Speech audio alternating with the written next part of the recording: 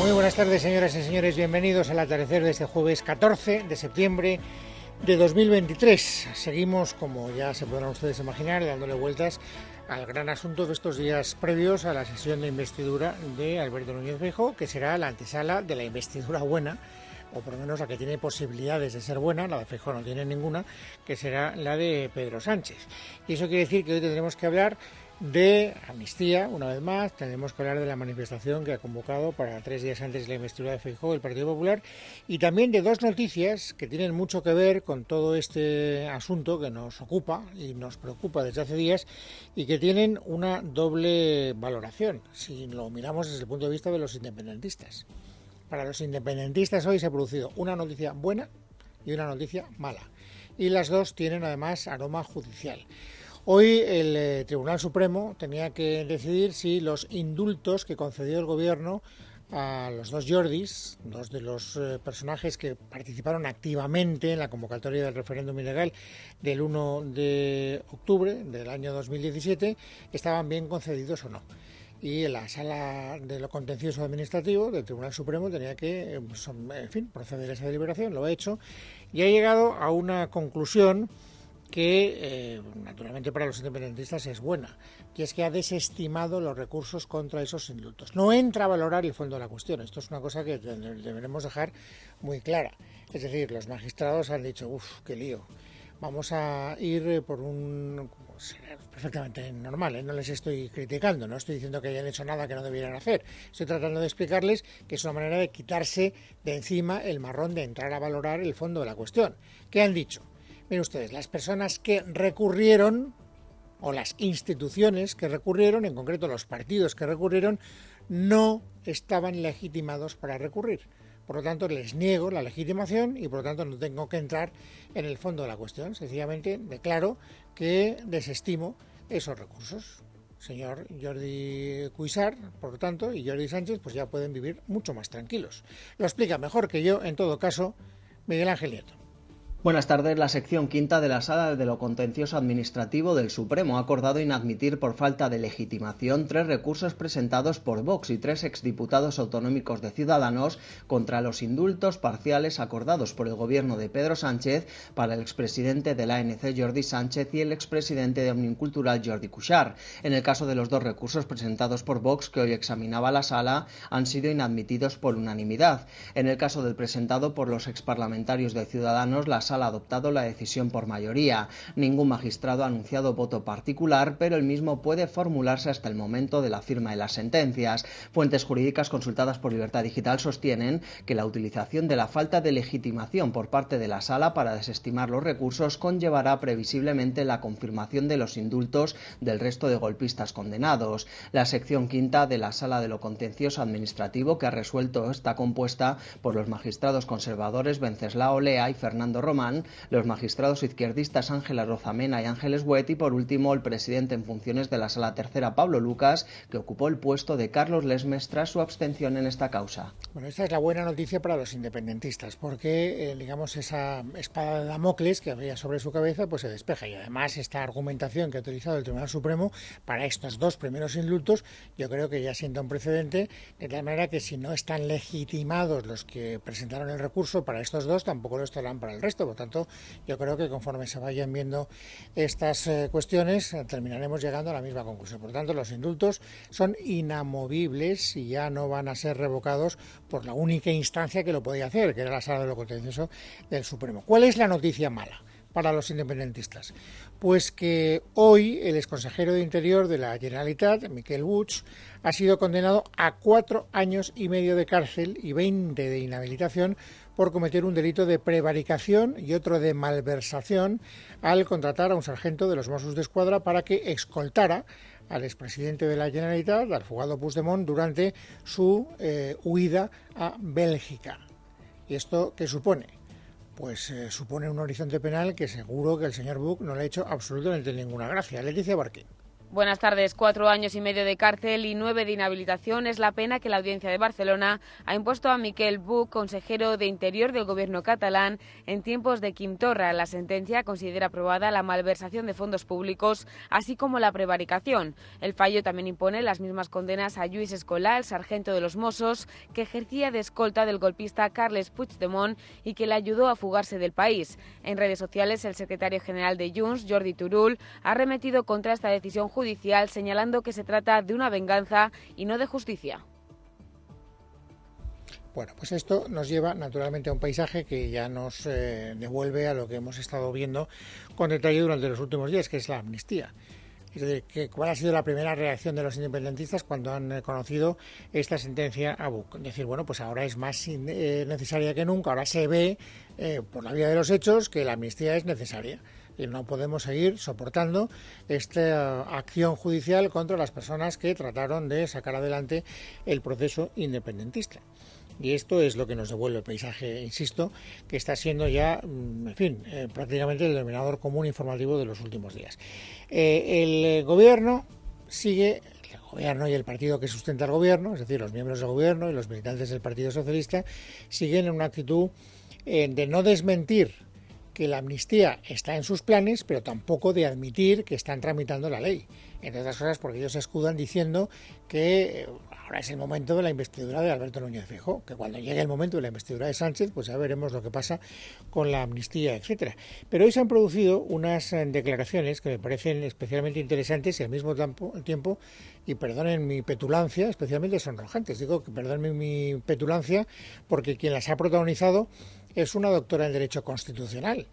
Se supone que sabe 1.000.000 de veces más que yo de Derecho y sobre todo de Derecho Constitucional. Pero la respuesta me ha dejado absolutamente patidifuso. La protagonista es Carmen Calvo, que fue vicepresidenta del Gobierno, como ustedes recuerdan perfectamente.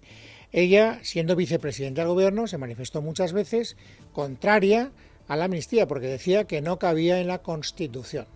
Y hoy una periodista se lo ha recordado y le ha preguntado, como escucharán enseguida, oiga, si esa era su posición, ¿por qué cambian ahora de criterio? Diputado, usted reconoció públicamente que la amnistía no cabía en la Constitución. Quería preguntarle, ¿se puede cambiar de opinión por una necesidad electoral o sigue pensando lo mismo? En la Constitución está el derecho de gracia. El derecho de gracia, que es el que tiene que articular en cada momento de la política al gobierno que corresponda y a las Cortes Generales cuando corresponda. Esa es nuestra situación constitucional. Ya. Bueno, insisto, yo de verdad que siento una cierta vergüenza ajena porque yo no tengo la capacidad intelectual ni los conocimientos necesarios para debatir de esta cuestión con una doctora en Derecho Constitucional.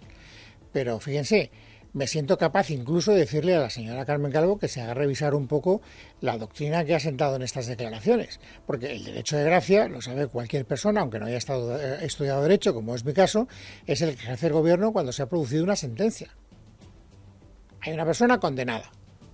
Y entonces, una vez que se ha producido la condena, el gobierno lo puede indultar. Ese es el derecho de gracia. Pero una amnistía no requiere una condena. De hecho, si indultan o amnistían al señor Puigdemont, el señor Puigdemont no ha pasado por la justicia, no ha rendido cuentas. Todas las personas que están todavía pendientes de juicio, los directores de los colegios, las personas que colaboraron activamente, más de 1.000, no me acuerdo el número, miles de personas que están pendientes de juicio, son los que están reclamando la amnistía. Ahí no cabe invocar el derecho de gracia. Esto es lo que yo humildemente quiero decir, no me voy a hacer fuerte en esta argumentación, no quiero discutir con ella, a lo mejor se ha explicado mal, vete tú a saber, pero me sorprende extraordinariamente que la línea argumental del gobierno sea tan chapucera como la que acaba de poner encima de la mesa la señora Carmen Calvo. En todo caso, a mí lo que me preocupa no es la discusión jurídica, porque esa es propia de los juristas. A mí lo que me preocupa es ver cómo encara la sociedad española, cómo encaramos nosotros, los ciudadanos, esta actitud del gobierno, esta pretensión del gobierno de pagar el precio que le piden los independentistas. ¿Estamos de acuerdo con la amnistía? Y si estamos de acuerdo, ¿quiénes estamos más de acuerdo? ¿Están más de acuerdo los de derechas, los del PSOE, los jóvenes, los ancianos? ¿Cómo se distribuye el apoyo a la amnistía, socialmente hablando? Y hoy hemos conocido una aproximación a esa respuesta, porque hemos conocido una encuesta que ha hecho Demoscopia y que nos aproxima a responder a esas preguntas. Por lo tanto, ya no se trata de atender a una opinión política, se trata de poner un poquito de atención en lo que parece que opina la sociedad española. Lorena López Lobo. La amnistía reaviva la incomodidad socialista, es la principal conclusión de este sondeo de opinión realizado por Metroscopia entre el 6 y el 11 de septiembre. Según sus datos, 7 de cada 10 españoles consideran que los líderes independentistas cometieron un delito en 2017 y se posicionan en contra de una eventual ley de amnistía. Asimismo, el 63% de los ciudadanos opina que la forma en la que Pedro Sánchez está manejando este asunto es inapropiada, frente al 28% que la ve acertada. Además, el 65% de los españoles, según esta encuesta, prefiere que se repitan elecciones antes de que Sánchez sea investido presidente con el apoyo de Puigdemont, y solo el 32% de la población estaría a favor de esta última opción. Más interesante resulta, si cabe, analizar las respuestas de los votantes socialistas. De ellos, un 72% considera que lo ocurrido en 2017 fue un delito y el 59% está en contra de la aprobación de una ley de amnistía. Sin embargo, solo el 35% de aquellos que votaron al PSOE en las últimas generales prefieren la repetición electoral. Lo explica Es Radio Andrés Medina, director general de Metroscopia. En definitiva, hoy vemos que el votante socialista se encuentra en este momento en un cruce de caminos en el que, por un lado, encontramos ese rechazo al condicionamiento político que le proclama el independentismo, y, por otro lado, se encuentra el deseo de reeditar ese gobierno de izquierdas. Igualmente llama la atención que sean los votantes socialistas más jóvenes, menores de 65 años, quienes muestran un rechazo a la amnistía ligeramente superior al de los votantes veteranos. Bueno, estos datos nos pueden situar un poco en lo que piensa de verdad la sociedad española. Y no deja de ser, en fin, una cuestión interesante ver que son los socialistas más jóvenes, no los más ancianos, los que están en contra de la amnistía. Lo digo porque cada vez que habla Felipe González, o que cada vez que habla Alfonso Guerra, o cada vez que habla alguno de los viejos militantes del partido, los dirigentes actuales del PSOE dicen, bueno, estos son cosas de los viejos dinosaurios del Partido Socialista. Bueno, pues mire, si atienden ustedes a su militancia se darán cuenta de que son los más jóvenes los que ven con tan más perplejidad, sus militantes más jóvenes, sus votantes más jóvenes, quien ven con más perplejidad esto de pagarle a los independentistas el precio de la amnistía que están reclamando. Bueno, quien desde luego no están nada de acuerdo, esto ya lo saben, no es ninguna novedad con lo de la amnistía, son los partidos de la oposición. El Partido Popular, ya lo saben, ha convocado una manifestación en Madrid para el fin de semana previo a la investidura de Alberto Núñez Feijóo. Esta mañana, en el programa de Federico Jiménez Los Santos, Cayetana Álvarez de Toledo ha estado especialmente didáctica. Ha explicado, en su opinión, cuáles son los motivos que ha dado a su partido a convocar esa manifestación y los motivos que, a su juicio, deberían impulsar a los ciudadanos a participar en esta Necesitamos movilización masiva en defensa de España y de la democracia, contra el gobierno y contra los golpistas. El destinatario real de la amnistía es Pedro Sánchez.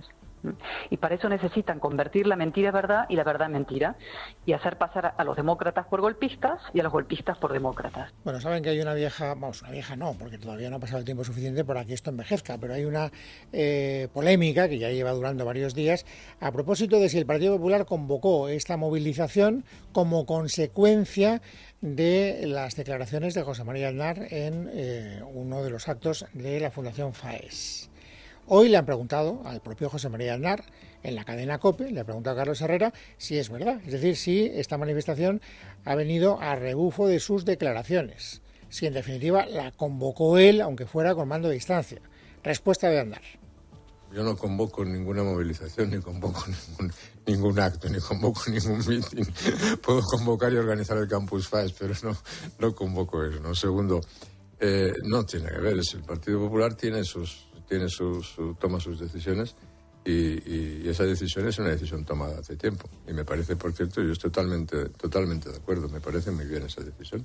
Ya saben que estas declaraciones iniciales, las de José María Aznar en el Campus FAES, han merecido durante los últimos 3 días descalificaciones fortísimas de todos los grupos que están a la izquierda del Partido Socialista. La primera que empezó fue la portavoz del gobierno, Isabel Rodríguez, que llamó golpista a Aznar por haber pedido esas movilizaciones.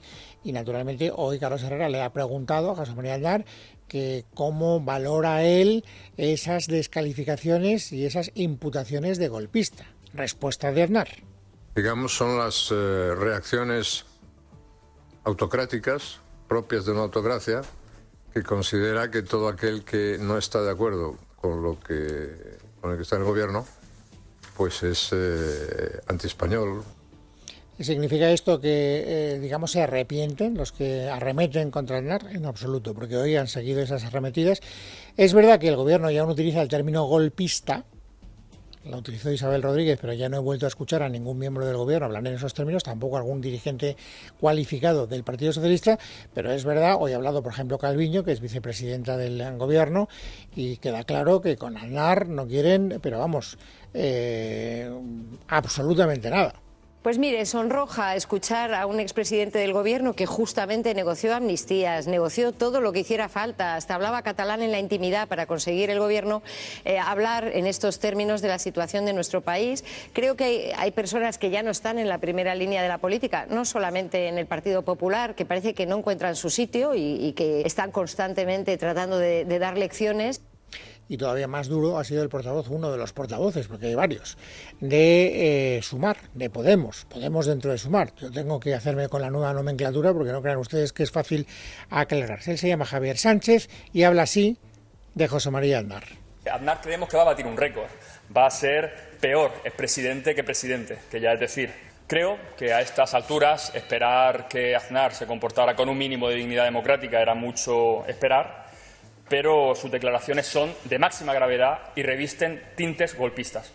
Bueno, y también se ha sumado a esta pregunta, porque no sigue exactamente el mismo patrón, algunos de los viejos dirigentes del Partido Socialista. Hoy le han preguntado, por ejemplo, a Joaquín Leguina y le han preguntado también a Alfonso Guerra a propósito de si coinciden o no coinciden con las calificaciones de gente del PSOE, de gente de Sumar, de gente de Podemos, de gente de Esquerra, de gente de Junts, diciendo que el señor Aznar es un golpista.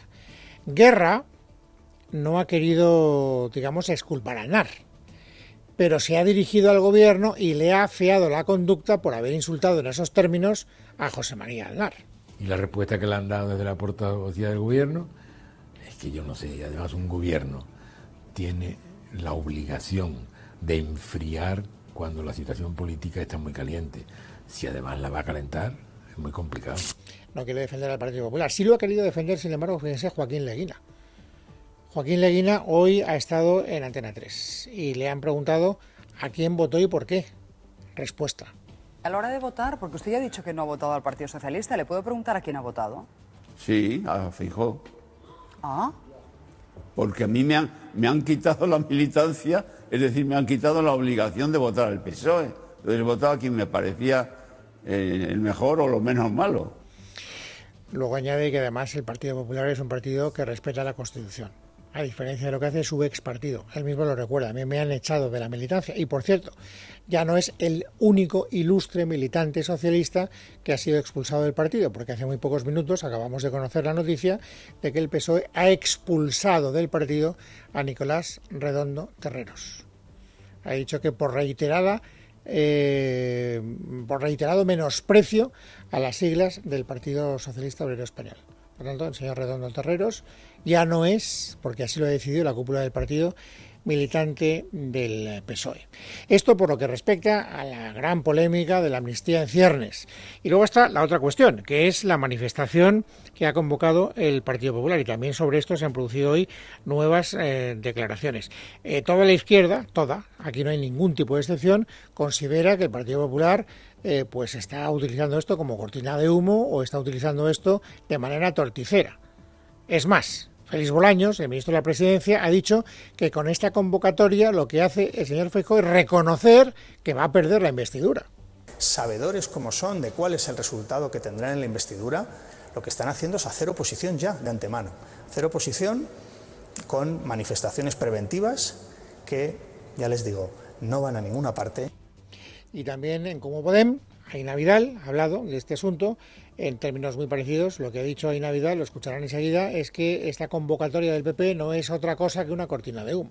Es triste que el Partido Popular se le recuerde al fin y al cabo por salir a la calle en contra, insisto, de derechos fundamentales y en contra del diálogo en esta nueva etapa, parece, en la que se abrazan a las posiciones más extremas de la ultraderecha. Bueno, nada nuevo bajo el sol, como ven. Es decir, yo creo que además este tipo de declaraciones van a llover durante los próximos días, durante las próximas semanas, y por lo tanto pues nos vamos a hartar de escuchar a distintas personas hablar en términos muy parecidos. Fíjense, lo más sorprendente porque me parece que era innecesario, pero esta es una opinión personal que ustedes pueden compartir o no, es lo que ha dicho de esta manifestación Abascal. Porque bueno, que la izquierda esté en contra de la manifestación o le trate de meter el dedo en el ojo al Partido Popular, pues forma parte de lo habitual en lo que es la contienda política cotidiana. Pero que Abascal, es decir, el otro gran partido del bloque de centro-derecha, pues aproveche esta convocatoria para marcar distancias con el Partido Popular, me parece, bueno, por lo menos llamativo. Déjenme que utilice ese adjetivo que no compromete mucho. Escuchen a Abascal. Si estamos ante un mitin, ante un acto cívico, si es únicamente un acto del Partido Popular, porque no hemos sido invitados. A nosotros nos parece muy bien la movilización ciudadana. De hecho, vamos a estar el día 8 de octubre junto a una entidad civil de Cataluña que ha convocado a todos los españoles en Barcelona contra el intento de amnistía y de autodeterminación que destruye la Constitución y la igualdad de los españoles. Y en cuanto a la pretensión del Partido Popular, sobre la que ellos mismos parece que tienen un poco de lío, pues realmente no sabemos nada. Bueno, no saben nada, pero sí que ha querido el Partido Popular a través de Elías Bendodo contestarle. Y la respuesta ha sido esta. Es un acto abierto que puede venir cualquier ciudadano. El PP es un partido de puertas abiertas y es un acto que convoca al Partido Popular. Y es un acto donde a varios días del debate de investidura queremos, evidentemente, hacerle ver a los españoles las líneas básicas de lo que va a consistir nuestro proyecto de país y, sobre todo, de manera preventiva para hacer ver que es una gran cantidad de españoles la que estamos en contra de que haya españoles de primera y españoles de segunda. Es un acto en defensa de la igualdad de todos los españoles. Por tanto, yo creo que nadie puede estar en contra de eso. Jueves 14 de septiembre de 2023. Vamos, amigos, ahora a completar el paisaje informativo sobresaliente de este día. Esther Nieto, bienvenida, buenas tardes. Buenas tardes, Luis. El Banco Central Europeo ha decidido subir de nuevo los tipos de interés 1/4 de punto en línea con la estrategia seguida durante el último año. Con el objetivo de rebajar la inflación, el BCE ha llevado a cabo el 10º aumento consecutivo en el precio del dinero. La tasa general de tipos pasa así del 4,25% al 4,50% y se queda cerca del valor más alto en su serie histórica. Desde el organismo ya avisaron que estamos en la recta final de subidas y la presidenta del BCE, Christine Lagarde, hablaba de la mejora de algunos indicadores. Las presiones subyacentes sobre los precios siguen siendo elevadas, aunque la mayoría de los indicadores han comenzado a disminuir. Los técnicos del BCE han revisado ligeramente a la baja la trayectoria proyectada para la inflación, excluidos las energías y los alimentos, hasta una media del 5,1 en 2023, 2,9 en 2024 y 2,2 en 2025. La Fiscalía de la Audiencia Nacional ha señalado que no visionará la entrevista del periodista Jordi Évole al ex jefe de ETA, José Antonio Urruticoetxea Bengoetxea, alias Josu Ternera, tal y como solicitó Dignidad y Justicia. Según el Ministerio Público, la Constitución reconoce y protege el derecho a expresar y difundir libremente los pensamientos. El presidente de Dignidad y Justicia, Daniel Portero, ha hablado en Es Noticia de blanqueamiento de ETA. Lo que no entiende la gente, el blanqueamiento continuo que se hace de ETA, ¿no? Es que usted imagínese que Évole se sienta con Antonio Anglés, el asesino de las niñas de Alcázar, y le dice a Anglés, no me llames Anglés, y se va a reunir con él y hablar de la vida, de cómo le va la vida, y no esclarece el asesinato de las 3 niñas que se produjo hace más de 30 años. Eso sería impensable. La Audiencia de Barcelona ha condenado a 4 años y medio de cárcel y 9 años y medio de inhabilitación al exconseller de Interior, Miquel Buch, por fichar de asesor a un sargento de los Mossos d'Esquadra para que siguiera escoltando al expresidente de la Generalitat, Carles Puigdemont, tras su huida de España. El propio Buch ha calificado hoy la sentencia de injusta. En tan solo un mes ya está escrita una sentencia de más de 80 páginas. Sorprende esa agilidad y esa rapidez, y viendo cuál es el resultado de la sentencia, que es condenatoria de una manera injusta y muy bestia, pues da la sensación de que se han dado mucha prisa en condenarme. doncs dona la sensació de que hi havia molta pressa a condemnar-me. Además, la sección segunda de la Audiencia de Barcelona condena a 4 años de cárcel al sargento Lluís E., uno de los agentes que ayudó a huir de España a Carles Puigdemont.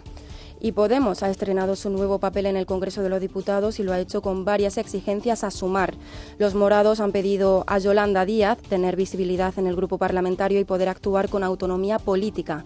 Peticiones que llegan después de que la vicepresidenta segunda en funciones les dejara fuera del reparto de portavocías en el Congreso. Leticia Barquín. Podemos no solo reclama a Yolanda Díaz que Irene Montero repita como ministra, sino que también exige ministerios en plural y que Podemos tenga libertad de voto en el Congreso de los Diputados. Así lo ha manifestado el diputado morado Javier Sánchez durante su rueda de prensa propia en la Cámara Baja, y es que Podemos no cuenta con una portavocía adjunta, siendo esta otra de sus reivindicaciones. Garantizar la presencia de Podemos en el próximo gobierno de coalición progresista con ministros y ministras propios. Creo que hay que salvaguardar también la autonomía de las organizaciones en un espacio de coalición.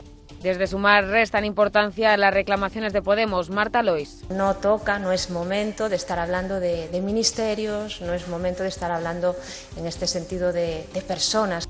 Unas declaraciones a las que se suma el resto de fuerzas políticas integradas en Sumar: Aina Vidal, Águeda Micó y Jorge Puello. No ahondar en la voluntad de hacer más tomate, por decirlo así, que política. De verdad, creo que es un poco pronto para ponerse a hablar de quién va a tener un ministerio o quién no va a tener un ministerio. Yo creo que ahora mismo no estamos para hablar de puestos, estamos más para hablar de política. Y sobre la eventual libertad de voto para Podemos, Sumar ha apuntado que no hay ningún problema, aunque su objetivo es llegar al consenso.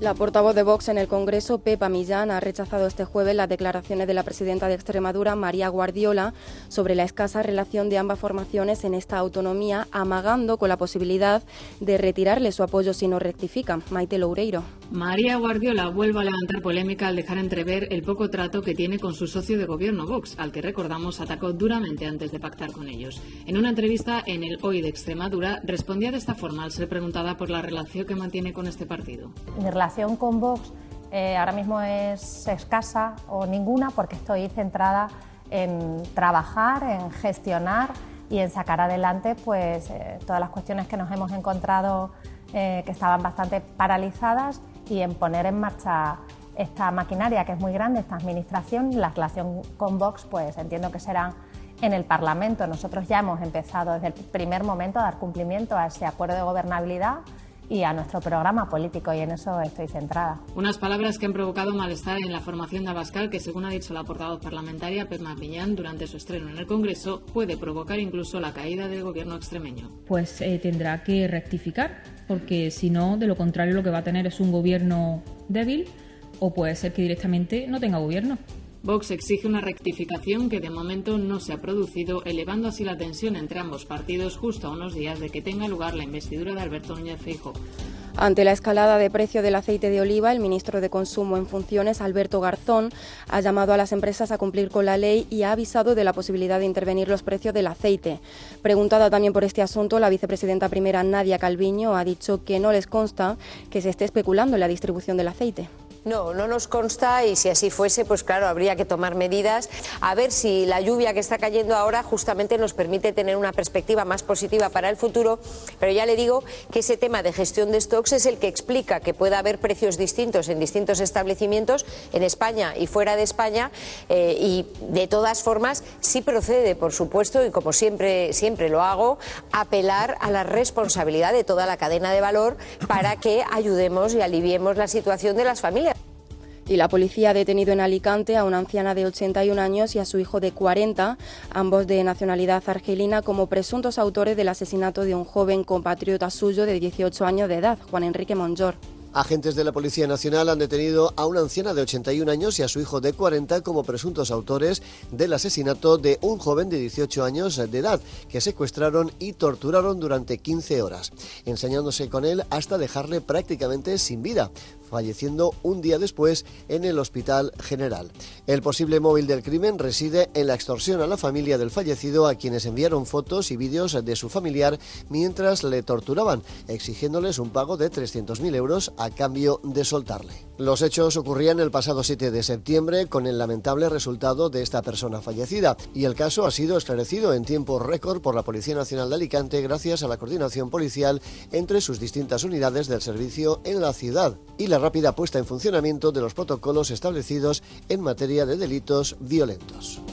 Y la tierra ha vuelto a temblar este jueves de madrugada en la zona centro de Marruecos, con un terremoto de magnitud 4,6 en la escala de Richter, después de que unos 3.000 personas perdiesen la vida con el seísmo del pasado viernes. Se trata de una de las réplicas más potentes desde entonces.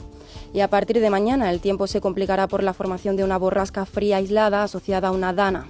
Las lluvias y las tormentas se extenderán durante el fin de semana por la mayor parte del país, siendo localmente fuertes en el oeste de la península. Además, según ha informado la EMET, el otoño se prevé muy cálido y más lluvioso de lo normal, lo que podría ayudar a mitigar la sequía que vive la península.